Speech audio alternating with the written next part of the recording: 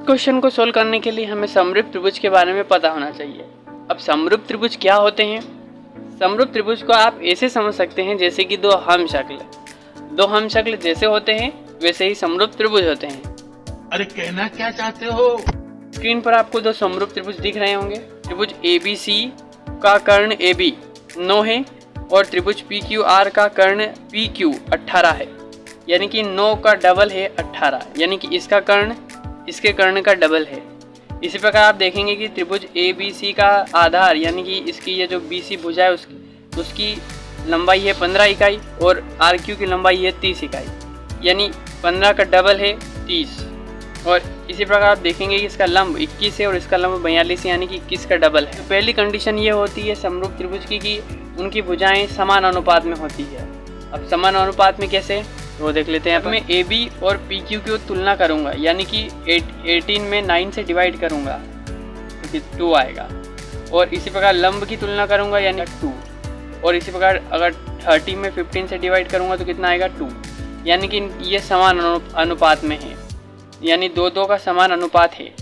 ठीक है, इन्हें हम ऐसे लिख सकते हैं। पहली कंडीशन होती है समरूप त्रिभुज की कि समरूप त्रिभुज की संगत भुजाएं समान अनुपात में होती है।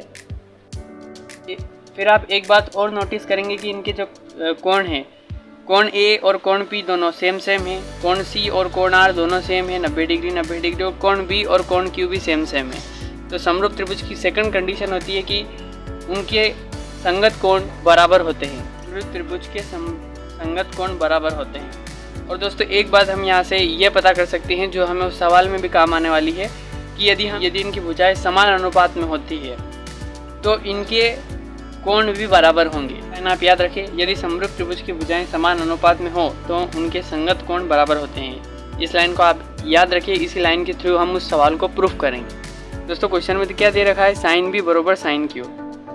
ये हमें दे रखा है कि ये दोनों बराबर है और हमें बताना है कि तो कोण B और कोण Q वो दोनों बराबर कैसे होंगे। तो दोस्तों हम इसे समरूप त्रिभुज के कॉन्सेप्ट से बताएंगे।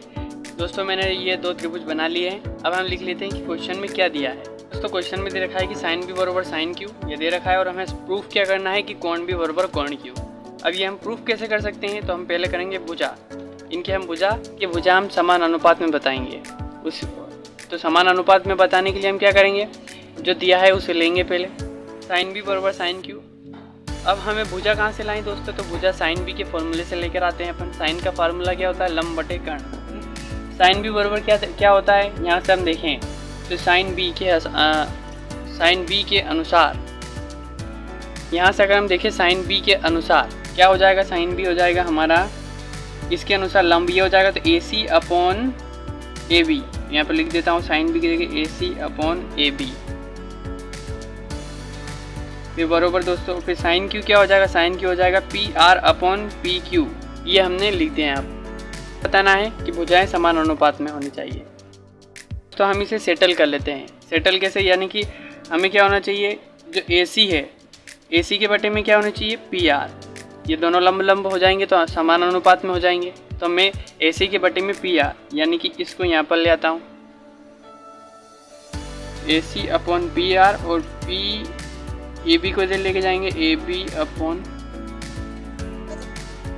तो जैसे PR और AC दोनों अनुपात में होंगे तो उनकी कुछ वैल्यू होगी। जैसे कि इस क्वेश्चन में 9 और 8 अनुपात में थे तो उनकी वैल्यू 2 थी, और ऐसे 42 और 29 अनुपात में थे तो उनकी वैल्यू 2 थी। तो ऐसे कुछ वैल्यू होगी। तो मान लीजिए हम यहाँ पर उनकी वैल्यू मान लेते हैं कि उनकी वैल्यू होगी K।